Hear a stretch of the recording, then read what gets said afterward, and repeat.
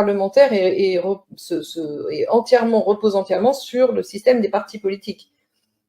Or, les partis politiques sont dominés par ceux qui les financent. Donc, on est dans des circuits financiers obscurs, opaques, tout sauf transparent en tout cas. Donc, il y a toujours une apparence et puis une réalité du terrain, des rapports de force qui est totalement à l'opposé de tout ce qui est claironné. Donc, toutes les démocraties claironnées, vous savez, il y a une chose que mon grand-père m'a appris dans ma vie, il m'a toujours dit, quand on parle des choses, c'est qu'elles n'existent plus. Donc, à partir du moment où on clame sur tous les toits de parler de démocratie, vous pouvez être certain qu'elle n'existe pas.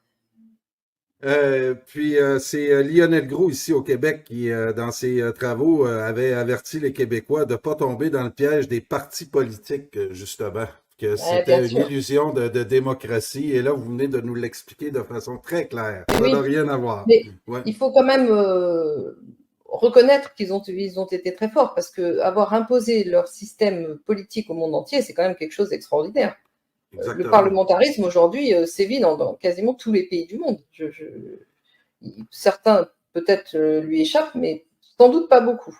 Et c'est comme ça que naissent les États profonds, puisque ce sont les financiers qui sont derrière ces régimes-là qui mènent la danse et qui agitent des marionnettes politiques qui sont à leur service. Donc, c'est à partir du parlementarisme naît finalement l'État profond.